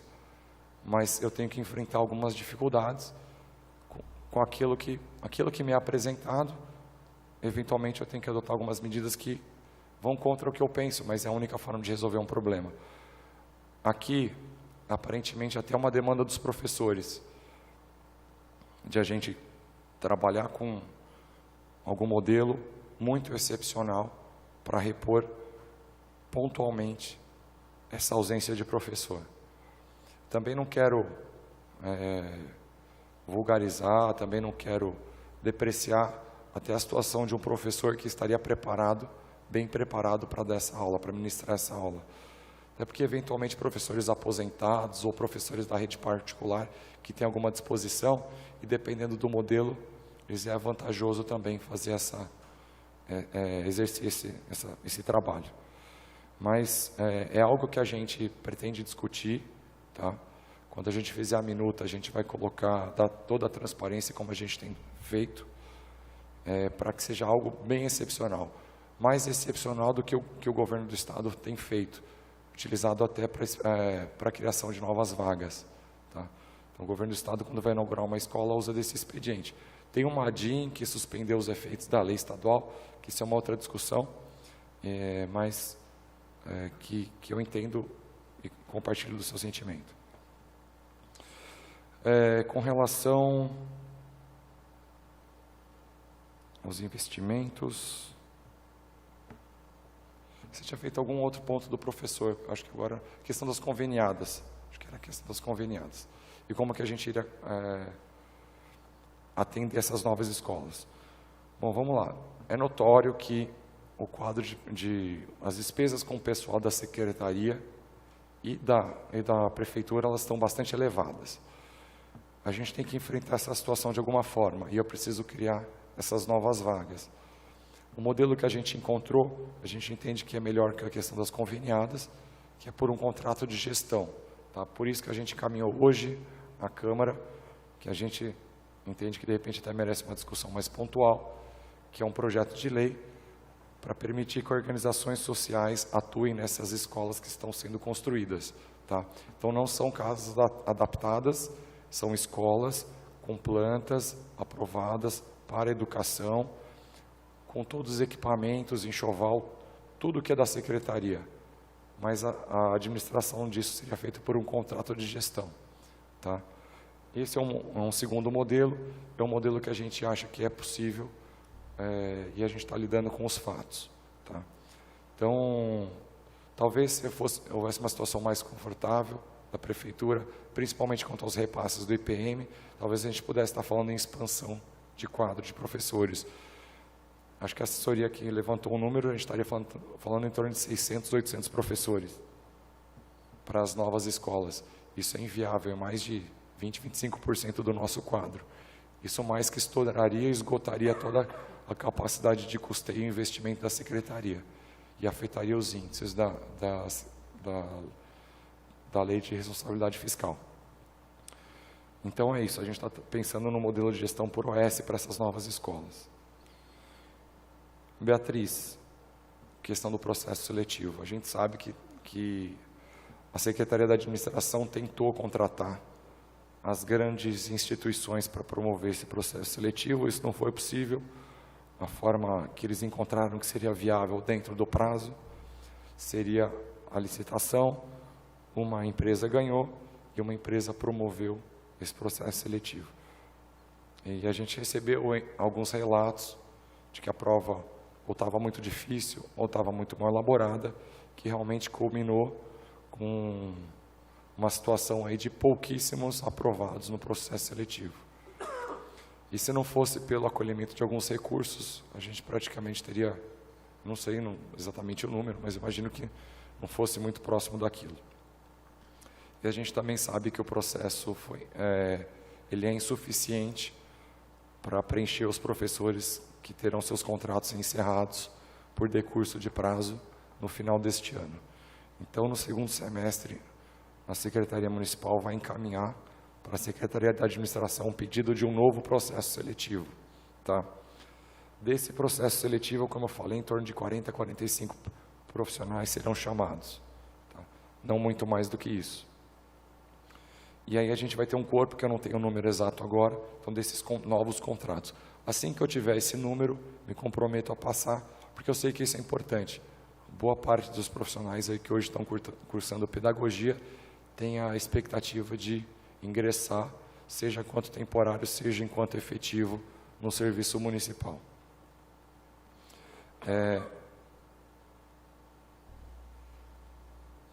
Sebastião, quanto ao monitoramento, sim, a sua preocupação tem fundamento e é exatamente o que a gente está imaginando fazer. Essas imagens, elas vão ficar armazenadas localmente. Esses eventos, incidentes, também serão armazenados em outro local, na CODERP. Tá? Todo esse projeto está sendo construído em parceria com a CODERP, porque eles detêm todo o conhecimento da estrutura tecnológica do município, até que seja possível incorporar outras câmeras em outros equipamentos públicos. Vai ter a Guarda Municipal, vai ter aquele centro de controle, aquelas telas, serão dentro da base da Guarda Civil Metropolitana, tá? Mas terá uma empresa contratada que deverá dispor da mesma estrutura de telas, TVs e tal, para responder a esses incidentes dentro do tempo previsto de bateria de gravação dessas imagens, para encaminhar profissionais e responder por esse atendimento. Então, são nas duas, Guarda Civil vai ter essa imagem, mas eu não acredito que a gente vá cobrar da Guarda Municipal, a Guarda Civil Metropolitana,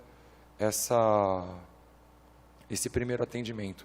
Nossa ideia é, por contrato, garantir esse primeiro atendimento. Até porque a gente sabe que a Guarda Civil Metropolitana tem por dever não só guardar pelos equipamentos da educação, quanto para postos de saúde e outros que necessários.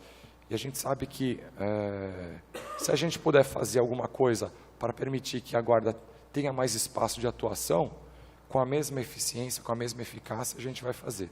Tá? Então, está nesse sentido. Quanto à reposição. A recomposição dos salários em razão de índice inflacionário, eu não estava na educação no período da greve, estava na Coab. A Coab tinha suas dificuldades, mas não essas mesmas que a prefeitura. Mas eu sei que a prefeitura tinha um problema, que era a lei de responsabilidade fiscal. Ela só conseguiu se mexer de alguma forma em razão daquelas vedações que são impostas pela lei quando você atinge o limite prudencial ou o limite, aquele limite máximo, só quando ela teve o parecer do Tribunal de Contas que ela conseguiu se mexer. A primeira coisa que a prefeitura fez foi contratar professor. E o que eu posso dizer enquanto gestor público? No mesmo espaço, o orçamento é um só. Você tem lá 100% do orçamento. 25% do orçamento vai da arrecadação de impostos, grosso modo fica com a educação. Um tanto fica com a saúde. A hora que você reparte isso, IPM e tal, você contratar mais gente, você dá a reposição de salário, essas coisas se sobrepõem naquele orçamento. IPTU verde se encolhe. se discutir planta genérica, você expande. O orçamento é um só. E a gente tem que lidar com os fatos. Eu estou lidando com os fatos da ótica da Secretaria de Educação. Acho importante a reposição salarial. Agora, é difícil você avaliar, você não ter professor e dar a reposição. Entendeu? Até porque a gente está falando de reposição salarial de 12 meses. Entendeu? Mas não compete a mim também fazer juízo de valor disso, tá? Tem as secretarias competentes, tem a administração, tem a Casa Civil, Secretaria de Governo e especialmente o prefeito. Tá? O que eu estou fazendo no meu âmbito de atuação, neste momento, é lutar pela composição do quadro de professores. Tá? Gostaria de nem ter que fazer esse preenchimento e que a gente tivesse os professores de absenteísmo. Se tivesse aí 50, 60 professores a mais, não estou entrando no mérito das razões pelas quais eles estão afastados, tá? De forma alguma. Mas se a gente tivesse os índices normais que tem, a gente não estaria fazendo ou tendo essa discussão de mais professores, tá? Mas, como eu estou lidando com os fatos, estou fazendo o diagnóstico do absenteísmo, mas o aluno não pode ficar sem aula. Essa outra questão, acho que era isso. Então, acho que é isso. Só fazer mais um comentário, e é uma pergunta agora, mas é rápido. Até baseado no que a Iuna, Beatriz, Sebastião falaram, eu tenho brigado, além da questão dessa apresentação, que eu acho que foi um começo, é um embrião de uma possível apresentação estruturada, trimestral, até que seja semestral no começo, depois para evoluir para trimestral, mas uma outra briga que é para que 30% do orçamento de recursos próprios seja investido em educação. Porque enquanto a gente continuar com os 25, ou que seja, que atinja 26,5, até que já aconteceu, vai continuar com esse tipo de problema. São os 3 problemas, né? Pelo menos aí que eles falaram. Então, o senhor não acha que a gente tem que brigar por isso? E só com relação à reposição do servidor, salarial dos servidores, que o Sebastião falou, dizer que essa Câmara apoiou que houvesse a reposição salarial. Até porque agora teve uma folga do Tribunal de Contas. Não é da alçada da Secretaria de Administração, isso não é uma pergunta, é só um comentário do que a gente defende aqui, mas a pergunta é, o senhor não defenderia 30% para a educação, sabendo que o orçamento é um só e vai ter que retirar de outras áreas. Mas a educação não é fundamental? Vamos lá, vereador. Agradeço até a oportunidade. Eu acredito que a educação e a saúde são as questões mais importantes no âmbito do município. Tá? Nesse sentido, a minha missão hoje é gastar melhor os 25%. Tá? Sei da dificuldade do município com os seus recursos, sei da dificuldade de ela fazer frente aos pagamentos, sei dos problemas que o município teve em gestões anteriores, mas eu gostaria primeiro de mostrar como que se gasta melhor os 25%. Tá? Os professores, eles merecem toda a nossa valorização, não só de salários, mas também de infraestrutura. Eu acho que o município merece melhores investimentos. Agora, me preocupa também uma boa gestão do orçamento e dou um bom exemplo. Tá? A Secretaria faz repasses para algumas entidades. Tá? Vamos ver se eu até localizo aqui, que eu tenho esse papel.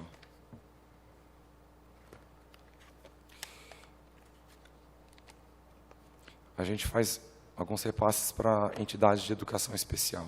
Tá? Ansúliva, tem o CAERP, tem a APAI, tem a APA e tem a ADVIRP. Pela legislação, a gente poderia só fazer esses repasses para alunos que estão vinculados à rede municipal. Tá? Mas a gente sabe que da dificuldade dessas associações, dessas entidades, do bom trabalho que elas fazem e desse aluno, que é especial, merece toda a nossa atenção, todo o nosso esforço. Tá? Mas eu sei que há uma alocação de recursos que está inadequada. Por quê? Se eu tenho que alocar recursos para um aluno especial e esse aluno não está matriculado na rede municipal, se eu não conseguir buscar esse recurso do Estado, eu deveria fazer um melhor direcionamento disso, de repente passar esse recurso para a administração, para para a área social, para o desenvolvimento social, assistência social aqui no município. Então, seria um dinheiro que, bom, hoje está em educação, está compondo os 25%, no momento que eu faço um repasse para essa entidade, ele não entra nos 25%, fica extra 25%, mas foi um recurso bem direcionado, e deveria até haver uma expansão desse recurso, porque são pessoas que muitas vezes são abandonadas pela família, são pessoas que vão evoluindo, muitas vezes não conseguem se incorporar ao mercado de trabalho. Então, sei do esforço que a gente tem que fazer. Então, minha preocupação, até com essas entidades, com o pessoal do Ministério Público, já manifestei que as minhas ações, quando a gente discutir a lei orçamentária, é de a gente tirar esse recurso da educação e passar para a assistência social. De alguma forma, a gente vai estar ajudando na educação, de alguma forma. Tá? Quanto aos 30%,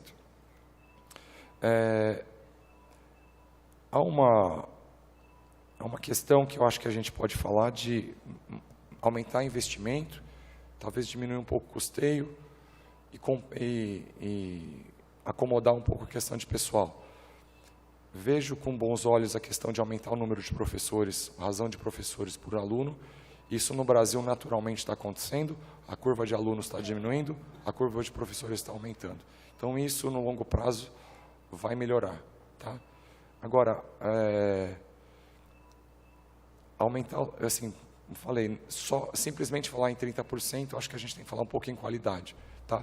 E aí tem todo o trabalho de uma equipe técnica, o trabalho dos profissionais, o trabalho das entidades, de a gente como dar um gasto melhor para isso.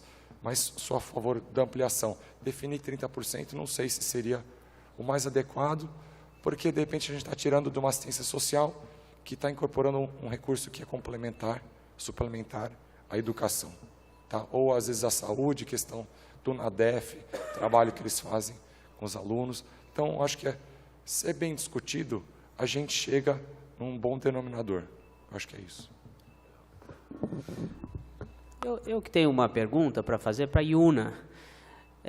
Ô Celso, você pode levar o microfone para a Iuna? Essa questão do professor, eventual, que é uma questão polêmica.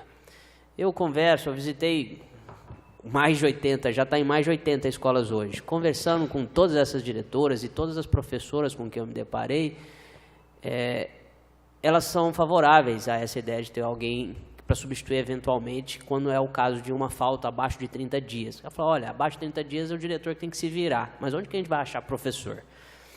E aí eu escuto às vezes a questão do professor Uber, né?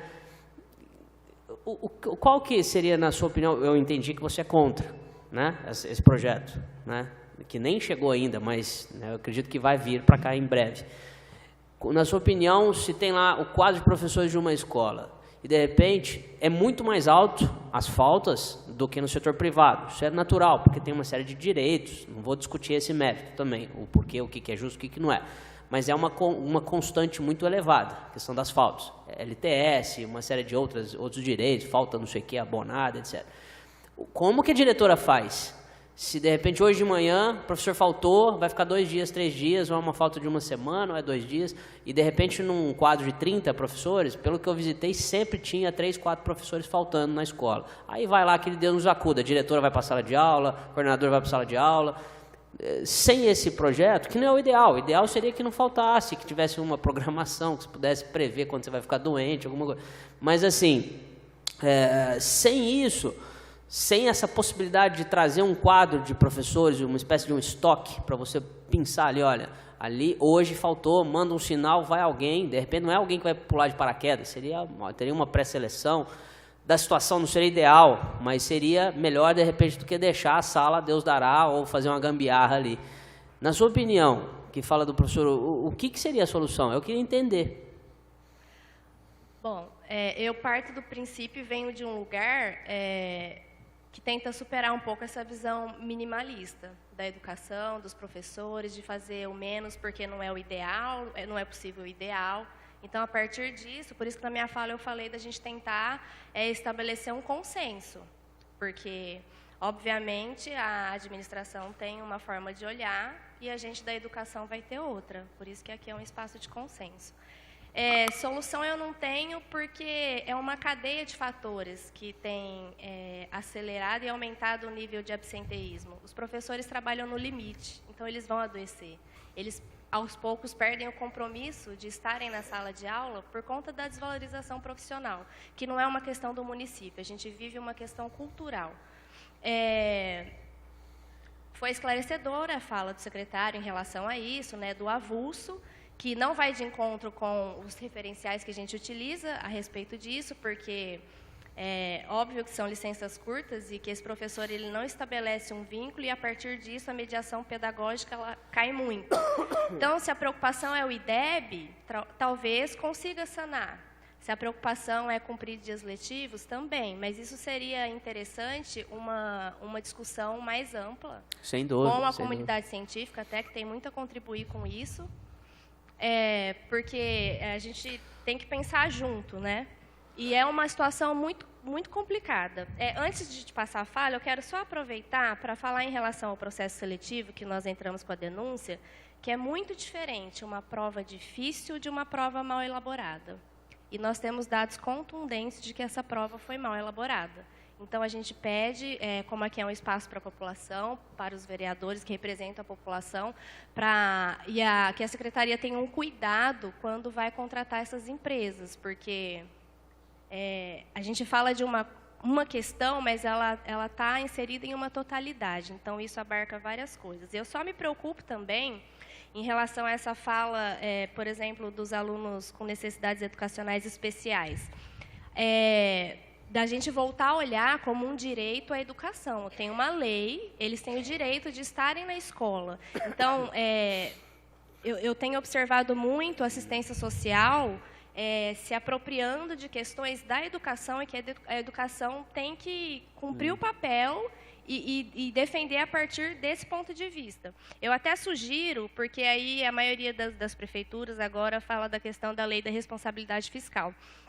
Já tem economistas, o Pedro Rossi já vem falando isso, ele tem um material muito interessante, que ele já fala que essa política de austeridade é como o Luciano Mega falou, é uma questão de orçamento. Os governos eles vão ter que se posicionar e assumir o compromisso, e aí eu sei que foge em relação à Secretaria da Educação, isso está relacionado a outras secretarias, mas de se posicionar e assumir o compromisso. Na discussão do Plano Municipal da Educação, que na verdade já existia um que teve audiências no fim do ano, o secretário do Planejamento falou que não teria discussão porque não tinha orçamento. E aí eu acho que essa autoridade, a austeridade, ela não dá abertura para o diálogo. Deixa eu só... Ioni, legal, mas só voltando, que eu estou aqui, eu aprendo muito, né? Você parece que é uma estudiosa do assunto. Nesse caso, hoje, é concreto, está lá na escola. Eu entendi que você falou que tem uma série o ambiente da escola precisa ser melhorado. Inclusive, os 100 indicadores que eu levantei é para isso, né? Tem escola que está vazando esgoto na frente, tem escola que está com caixa d'água rachada, tem escola que está com sala, enfim, tem uma série de questões. Mas isso tem que ser resolvido. Não vai ser resolvido nem amanhã, nem depois de amanhã. Vai ser resolvido ao longo do tempo. Hoje, faltou professor. O que faz? Eu quero entender, que você entende mais que eu acho. Não, entendeu? Eu sou economista, não sou educador. Nada. O que faz? Quem que vai entrar na aula para dar... Eu penso que se é uma solução imediatista, que ela seja temporária, e com o passar do tempo existam propostas, e até em diálogo com os professores, eu não estou mais na rede, eu não posso responder por eles, mas então que esses professores sejam contratados de uma forma cuidadosa. Porque não adianta fazer uma lista de professores... Isso é legal. Isso que eu estou querendo entender. Então, assim, o projeto em si, eu preciso entender isso, porque como presidente da Comissão de Educação, isso vai rolar aqui na casa e, com certeza, a gente vai ser muito demandado. E eu me preocupo demais, porque eu vejo as escolas lá, às vezes não tem o que fazer. Então, assim, por definição, o professor em si não é o problema. O professor substitui, o professor eventual, né? Não é substitui, é eventual. O problema é a gente acomodar com essa situação e só ficar atacando o eventual. Esse é o seu receio. Um deles. Entendi. Mas se tiver um compromisso da secretaria em implantar todos esses indicadores, que dia 4 a gente vai lançar aqui, 13h, tá? Inclusive, já te mando os indicadores todos. Já está divulgado já a lista dos indicadores. mas de todas as escolas. Isso o prefeito não vai dar conta de fazer, vai levar aí, é um projeto de Estado, vai levar 5, 6 anos, talvez, para a gente avançar. A José Delibo respondeu 80 indicadores dos 100, até me assustei, pô, legal. Mas ali, se for feito aquilo ali, pô, legal, já tem uma excelente condição de trabalho. Então, assim, se tiver um compromisso do governo em não se acomodar, porque eu concordo, aí eu estou falando a mesma língua sua, também não dá para só ficar pautado em professor eventual o tempo todo. Mas se tiver um compromisso em atacar os problemas estruturais da rede, que é o que o secretário começou a falar, vamos começar a reformar as escolas, etc. Esse problema, ele vai reduzir, mas ele vai continuar existindo, inclusive. Vai ter o caso de um professor que vai faltar e não tem o que fazer. Então, por definição conceitual, a existência de um projeto de professor eventual, ele vale? Me responde, por favor, eu preciso de aprender isso com você. Eu preciso saber o que está no projeto para dizer. Tá. Para mim, ele não vale, porque os professores, eles, mesmo tendo o direito deles, eles teriam... Eu vou te dar um exemplo porque não vale. Um professor que vai substituir, um professor adoeceu, você liga para para substituí-lo naquela manhã.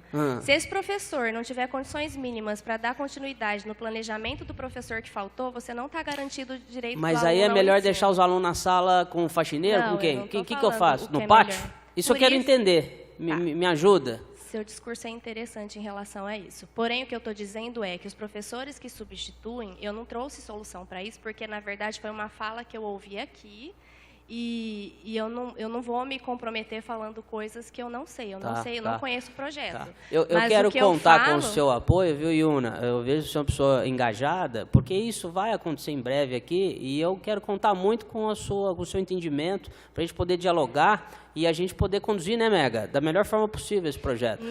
Existe uma realidade, não dá para a gente só... Só para eu concluir... Né? Na tentativa de garantir o direito do professor, isso é legítimo, é um discurso interessante, a gente não está garantindo o direito do aluno.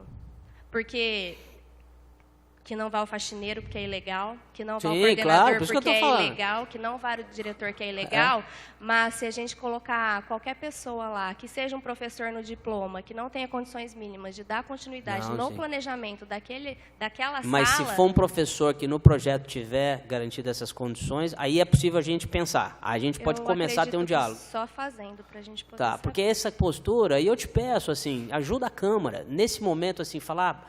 já taxar lá, rotular, professor Uber, aí já pega fogo, isso para mim chega a ser um pouquinho irresponsável, porque a gente está querendo encontrar uma solução, e se mete um rótulo lá, estão querendo fazer o professor Uber, isso prejudica, sabe, Iuna? E você é uma pessoa inteligente, ajuda a gente, Eu aproveito, então, para que a Câmara, os vereadores, estejam mais abertos quando a gente solicitar a fala na tribuna, porque eu já vinha com essa demanda há um tempo atrás. Você que o Sebastião me falou? Que foi me solicitado que eu adiantasse a fala antes, e eu penso que aqui é um espaço que eu não preciso avisar o que eu vou dizer antes. Não precisa, porque o vereador que concede, na verdade, não é o vereador, é a bancada, né?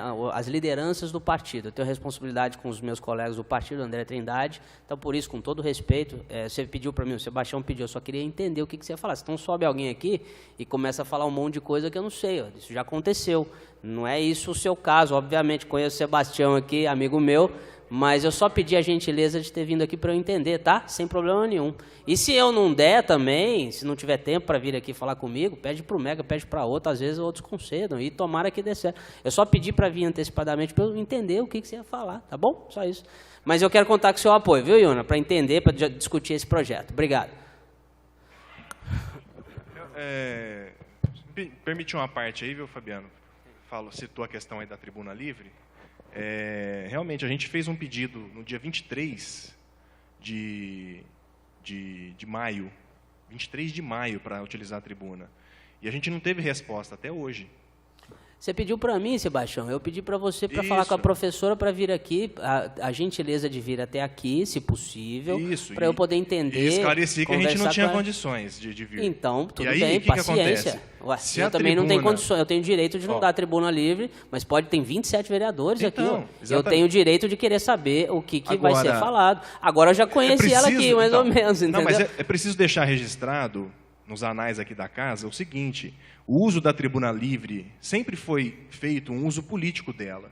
E sempre quando as entidades tentam fazer uso da tribuna livre, é uma burocracia muito grande, é um emparedamento gigantesco em cima do que se pretende falar. Se a tribuna é livre... Se a tribuna não, mas a tribuna é livre é o nome dela, mas é o vereador e o partido, a bancada do partido tem que aprovar. Veja não bem, sei se essa todos eu têm que conheço assinar. o regimento interno da casa, joia, nesse ótimo, tema, claro. no tópico da então, tribuna livre. você sabe muito bem que você pode não ter direito à tribuna livre, obviamente, o vereador pode não te dar. Não, senhor, não, pode, não, senhor, vocês, pela lei orgânica, vocês têm a obrigação de dar a tribuna livre. Vai na lei orgânica e dá uma olhada. Eu não vou dar se eu não souber o que a pessoa vai vir aqui falar. Não, mas você sabia. Jamais, enquanto eu for vereador. Então, seja candidato, seja eleito, vem aqui no lugar e dá a tribuna livre. A questão não é saber, entendeu? Você sabia o que ia ser dito, tá está lá no Sebastião. ofício. Tá bom. Está no ofício. Vai, Joia, obrigado, a questão é vocês tentarem enquadrar o discurso. Você está fazendo tempestade num copo d'água, Sebastião. A também professora está aqui, se ela me falar o que ela vai falar, pelo menos tem uma noção. Só fiz porque você fez, Fabiano. Você também está fazendo... Tem problema, eu não posso, eu não sou responsável. Não, eu também não, você sabe que não. Então a gente está...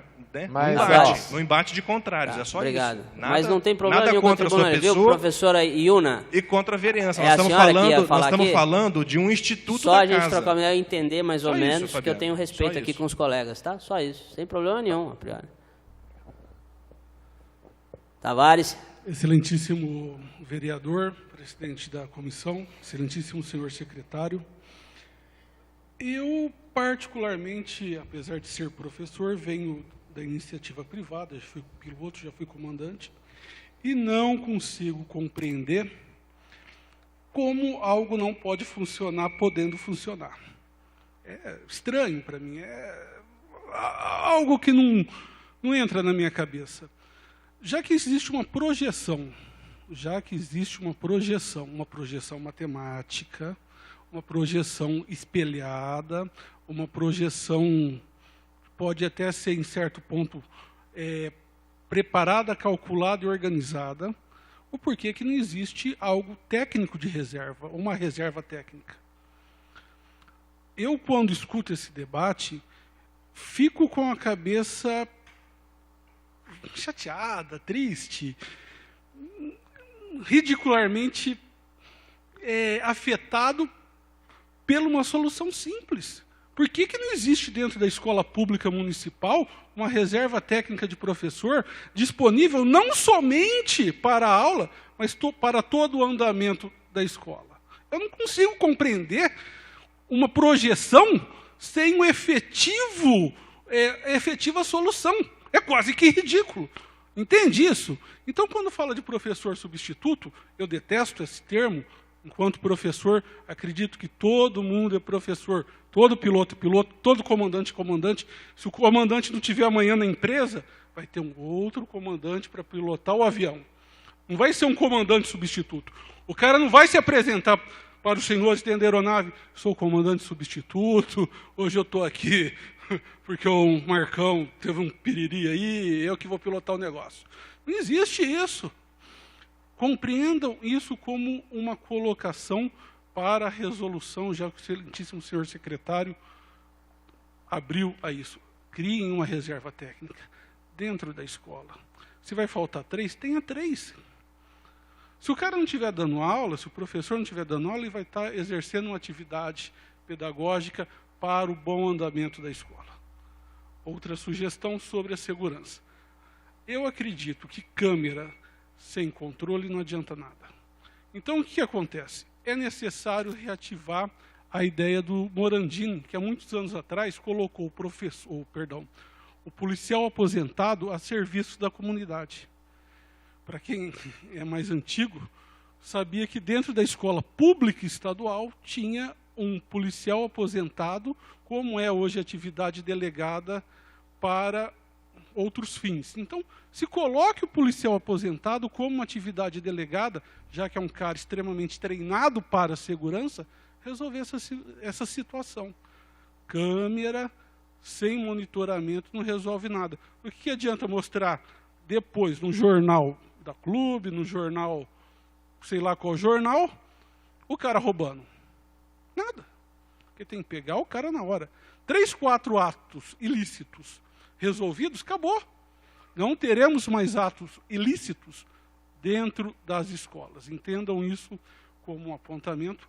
Agradeço a palavra. Muito obrigado. Como eu estou envolvido com o projeto, desculpa tomar a palavra, mas eu entendi que o monitoramento é, mesma coisa da pergunta do Sebastião, o monitoramento é online, é o mesmo, é do momento, porque senão realmente não faz muito sentido. Depois que o roubo já aconteceu, o vereador João Batista falou, e o Sebastião falou, aí não se descobre, não se desvenda, né? Aí o problema já foi. Então tem que ter o monitoramento do momento, né?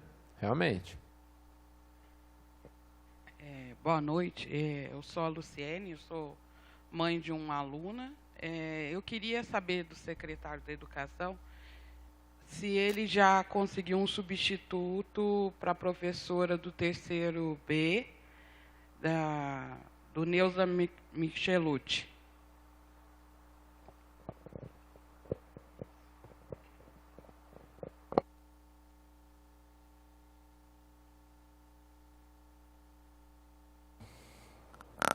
Só uma coisa, aproveitar e falar da reserva técnica, né? Que é a pergunta do professor Tavares. Desculpa que eu interrompi, viu? Não, a gente tem os professores de apoio. Vamos lá, a gente tem os professores efetivos.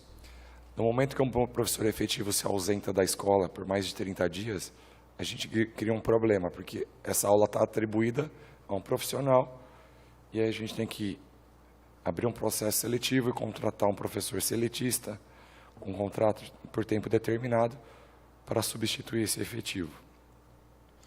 E aí esse professor seletista que entrou para substituir um efetivo, ele também se afasta pelo INSS, e aí eu tenho que colocar um terceiro professor para dar aquela aula. E já aconteceu o caso de ter que colocar um quarto professor. Então, isso é um problema crônico da educação. Realmente, a lógica da iniciativa privada, eu trabalho também na iniciativa privada, já trabalhei na iniciativa privada, não funciona, não dá para você copiar, colar no serviço público. Então, a gente tem professores de apoio, a gente tem um saldo nessas escolas. Talvez hoje, acho que esse saldo ele já existiu em algum momento, e ele veio declinando, tanto é que hoje falta professor. Mas como eu falei, pois eu encaminho aqui. Deixa eu pegar na data de março aqui.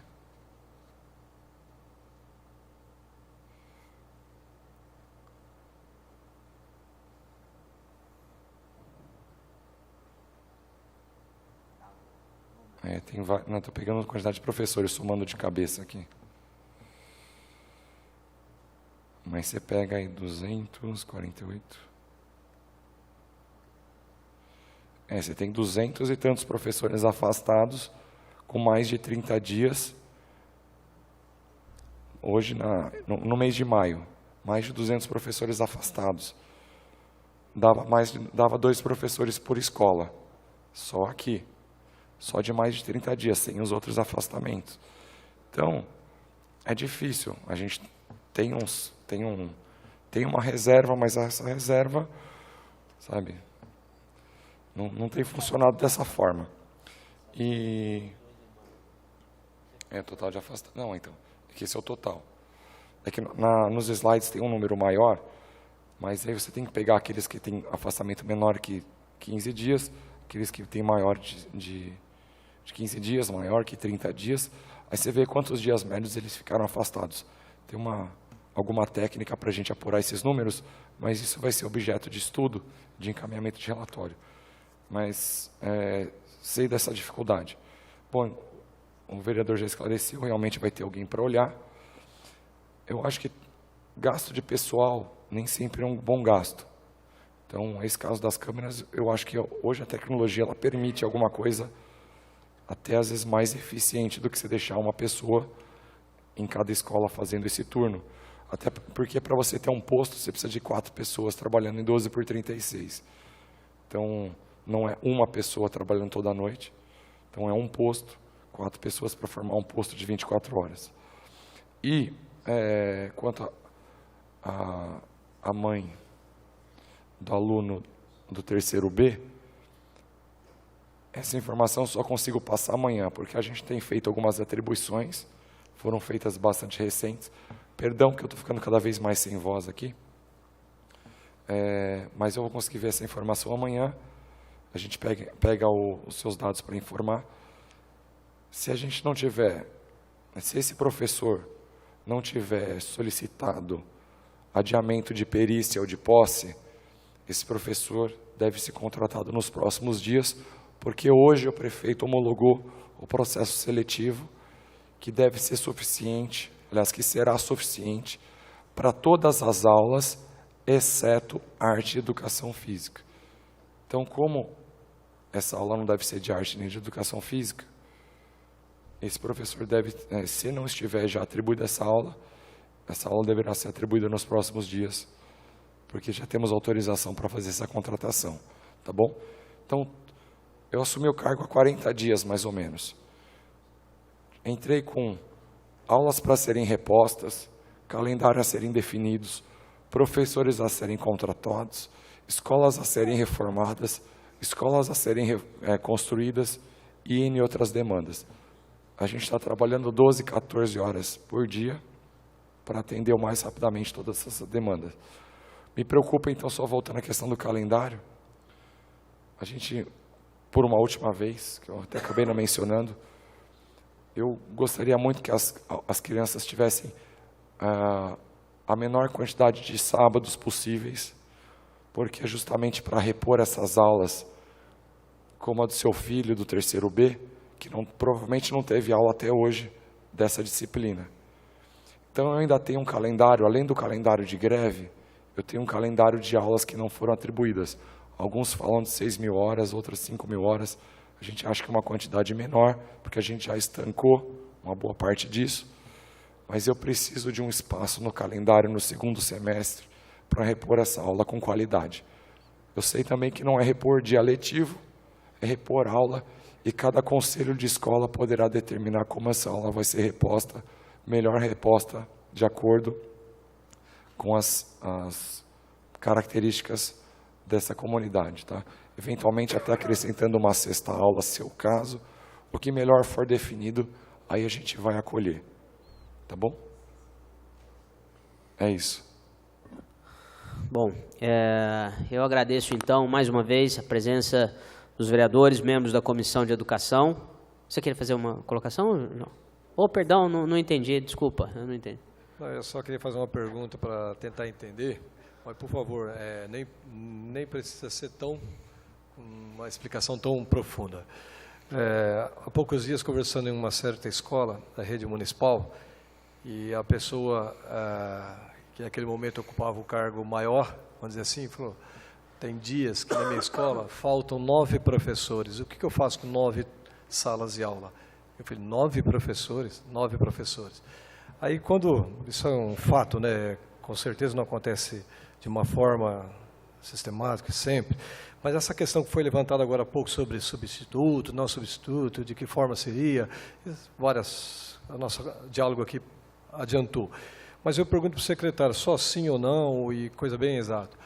Hoje, ter 200 profissionais, 200 professores afastados, está dentro de uma média? É normal ou tem que ser feito um trabalho em cima disso para ver o que está acontecendo realmente? O porquê tantos profissionais afastados? Enfim, está dentro de uma média pela proporção ou está um pouco acima, um pouco abaixo da média? Não é normal. Não é normal. É acima da média. Acima da média. A gente está estimando em mais de 10%. De alguma forma, um afastamento que ele está acontecendo e a gente tem que descobrir a causa. Sim. A Iuna colocou, hoje realmente, a gente sabe que é muito difícil, às vezes para os professores, muitos eles pegam a carga horária máxima, muitos pegam em mais de uma escola, então a gente sabe dessa dificuldade. E não é normal, por isso que a gente está firmando um termo de cooperação com um grupo de saúde. A gente tem a área de medicina do trabalho da prefeitura, exato, mas a gente quer trazer uma segunda, uma terceira opinião para isso, juntos, mais de uma visão, trazer. Esse grupo de saúde atende empresa, atende N perfis de empresa, então eles com certeza podem dar uma boa visão, trazer uma boa reflexão para dentro da secretaria do que está acontecendo. Okay. E a gente quer apoiar esse professor para ele retornar à sala de aula. Acho que os interesses são os mesmos. Exatamente. Então, ninguém quer uma pessoa doente, um professor doente. Isso. Então não é normal. Ok, obrigado.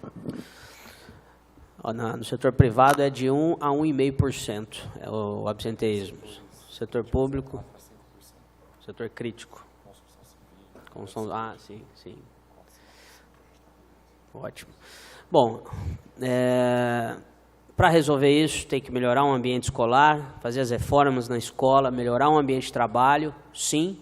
Tem que atuar na questão do quadro epidemiológico também. Tem que ter uma perícia mais rigorosa. Várias professoras me falam que elas discordam de como a perícia vai lá e carimba, sem nem olhar o que foi, o que veio do atestado médico. Então, é um conjunto de fatores. Tem realmente a pessoa que está ficando doente, que é a maioria, eu acredito, isso é uma percepção minha, e tem uma minoria de gente que quer se aproveitar também fraudar o sistema. Isso tem em todo lugar também, que a gente não pode ficar parado. Agradeço a todos, agradeço muito, secretário, parabéns pelo trabalho. Volto a falar, é um avanço muito significativo a educação, desde que você tenha assumido, né? Desde que você assumiu. Agradeço o vereador Mega, vereador João Batista, agradeço a todos vocês que colaboraram, a imprensa aqui presente, a sua equipe também, conheço quase todos eles, extremamente competentes, e muito obrigado e até a próxima reunião.